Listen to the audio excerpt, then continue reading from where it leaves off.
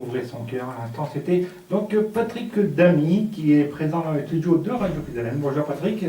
Bonjour Jean-Philippe. Ça va? Enfin, ça va. Très content de revenir vous voir parce que ça fait maintenant un petit moment, il y a un an, je crois. Ah non. Passé un an, oui. Un an, Colette, ça passe, hein. Comme Un ça petit passe peu plus vite, hein. vieux. Voilà. Donc tu es venu du Nord, hein, tu es du Nord. Ah oui, ben, ce qui m'a un petit peu surpris sur la route, j'ai regardé mon GPS, j'ai regardé 250 km, je me suis dit 250 km, ça faisait loin, je pensais que vous étiez du complet de Combray, je ne sais plus pourquoi, dans ma tête. Ah bon? Ben oui, c'est... Oui. Tu es né à Malo-les-Bains. Ah, station balnéaire magnifique. Voilà. On peut dire qu'il y a le soleil, mais il y a déjà le soleil dans le cœur des gens, c'est déjà très très bien. Oui, déjà en bordure de mer, oui. Oui. Donc tu es venu aujourd'hui donc, pour présenter ton nouvel album. Oui, oui, tu sais que moi, ce que j'aime bien chez vous, c'est qu'aussitôt qu'il y a des artistes qui sortent et des nouveaux CD, on a la possibilité de les faire connaître. Et là, c'est quelque chose d'un peu nouveau, ça faisait longtemps qu'on avait envie de le faire. Donc on a sorti un CD avec Ben Caruso, puisqu'on voulait rendre hommage à la personne qui est disparue. Là, Luciano Pavarotti. Non, il y avait Luciano Pavarotti. Il y avait la personne qui a joué Caruso. Ça va me revenir après. Et on a voulu donc... Un petit hommage. Voilà, en hommage. Donc Caruso, on le chante en français et en italien. Oui. Après, on a repris une œuvre magnifique d'Ennio Morricone, c'est Nella Fantasia. Et on a voulu rendre hommage aussi à Pavarotti avec Nessun Dorma. Donc c'est un CD 3 titres qui fonctionne très très bien parce que les gens se disent tiens, Patrick Damy, qui est capable de chanter un registre comme ça, ils sont très contents. De la grande musique. Oui, de la grande musique. Oui, parce que toi tu chantes tout. Quoi. Ben, tout à l'heure dans le studio, c'est vrai qu'on s'amusait avant de commencer, on a commencé à chanter plusieurs chansons. Frédéric François, on avait aussi du Judas, enfin il y a pas mal de belles chansons dans le programme. On verra pendant ce temps, donc cette interview, donc les chansons que tu vas nous interpréter. Oui. Tu chantes depuis l'âge de 17 ans. Non, 17 ans. Alors ça va faire 18 ans que je fais ce métier-là, que je suis donc intermittent du spectacle, et fier de l'être, et puis je défends d'ailleurs les couleurs des intermittents, parce qu'en ce moment c'est un petit peu dur, hein, comme tout le monde. Enfin, on n'est pas là pour parler de ça, on est parler de mon album.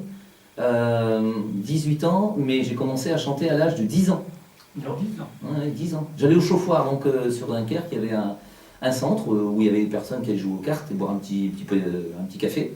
Et à chaque fois, on me demandait, il me dit « Patrick, est-ce que c'est possible que demain tu puisses venir chanter quelques chansons de chauffoir? Tu vas avoir un petit gâteau, on était payé comme ça, avec un petit gâteau et puis une petite limonade. » Et ce que j'aimais bien, c'était qu'à chaque fois que j'y allais, c'était mes cours de maths. Donc je n'allais pas en maths. C'est pour ça que je ne suis pas un mathématicien. D'accord. Pourquoi as-tu choisi ce métier? Ce métier, Jean-Philippe, j'ai pas choisi. Ce métier, j'ai eu un don du ciel, un don de Dieu, j'ai eu tout le temps de toute façon. J'avais déjà une famille qui chantait, on faisait beaucoup de concours de chant, d'ailleurs chez moi, on a une grande famille et tout le monde chantait. Et puis un jour, j'ai participé à des concours de chant dans notre région, où à ce moment-là, je me souviens, on était payé avec des boîtes de conserve, Timo, quoi sous les Timo.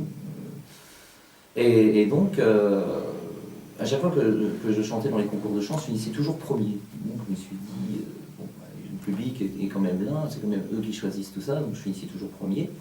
Et puis après, je me suis dit, bon, bah, si j'ai une voix, autant essayer quelque chose.